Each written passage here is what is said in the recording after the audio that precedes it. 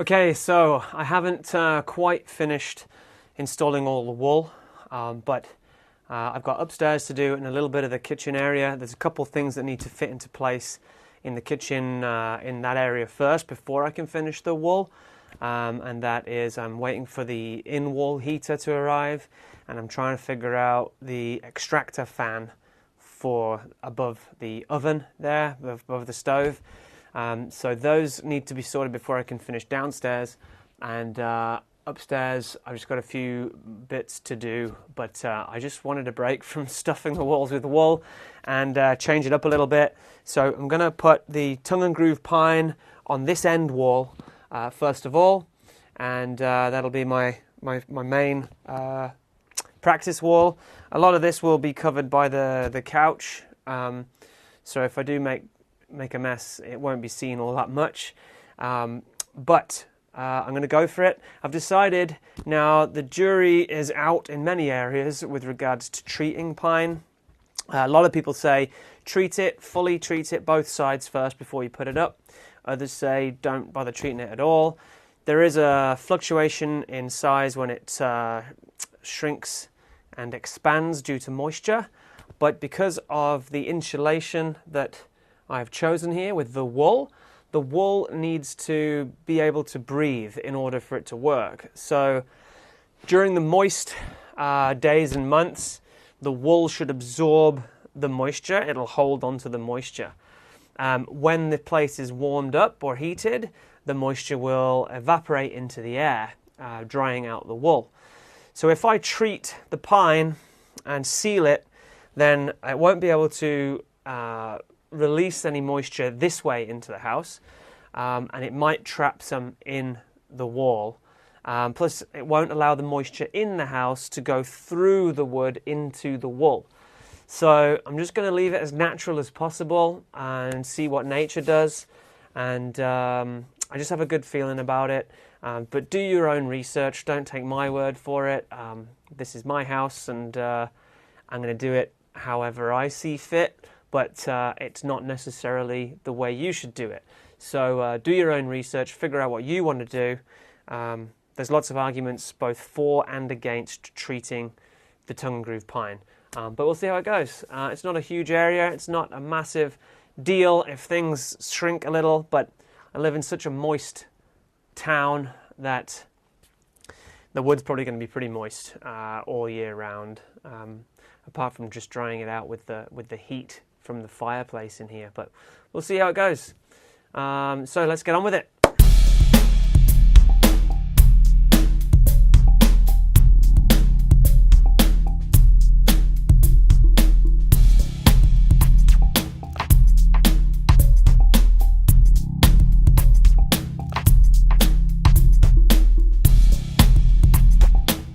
All right, good evening. It is, that was day 2 of putting up the tongue and groove. And yeah, it went pretty good. I have to stop right here because the next piece actually is going to continue straight over the top of the door there. And I haven't finished putting the insulation in over on that side yet. So I'm going to have to finish the insulation, the wall over there, so that I can start working my way up that wall. And then finally, when I'm at the same height here, I can then add in the big long 16 footers, which is what I've been buying here. And yeah, there was a few pieces of wood that were kind of weird. They had like dimple marks in them, and I just didn't like the finish on them. So I'm not sure whether I'm going to take those back or what the deal is. Maybe I'll use them in the bathroom or something. Behind the toilet, because they're not going to get seen there. So yeah, just filtering out the crappy wood there. One other thing that I realized as I was building this one is when you don't know what you're doing, when you're building a house and you don't know the stages and how the next part comes together, you try your best to foresee how things work, but sometimes it's just not possible. There's just so many things to think about. And, you know, doing all the trades isn't easy. And when you're framing the house or when you're putting certain parts in, you're not thinking about the finishing of the furniture inside and things like that. So there's a few things that you come across along the way that surprise you a little bit, and you have to kind of undo things that you've already done or whatever. One example of that is I wasn't aware, so the door jamb here, or the trim pretty much, because the jamb was in, but then I trimmed it out because it'll have an outward swing door, and when it closes, it needs to close against some stops. And as the rain was coming, I kind of wanted to get that in sooner rather than later. So when I put it in, I tried to think about where it should be, whether it should be flush with the wall or what it is, and I kind of planned it out wrong. And I flushed it back with the studs, and that's not what I should have done. I needed to know really how thick the tongue and groove was, and bring this trim out proud to be flush with that, and then I could cap it with the trim. But I left it back, which has caused me a little bit of a workaround, but it worked out really well.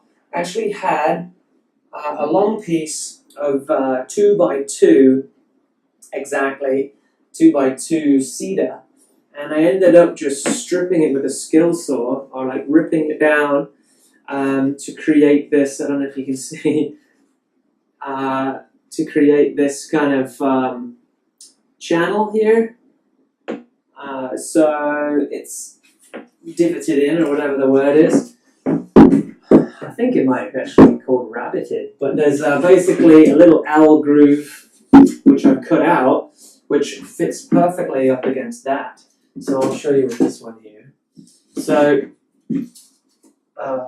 yeah, that will sit flush on the frame there, and it comes out here, so there's a little groove for it to all fit in. I'll give you a close-up. But pretty much, that's going to end up going on there and look pretty sweet. And then I've made one for the other side the same.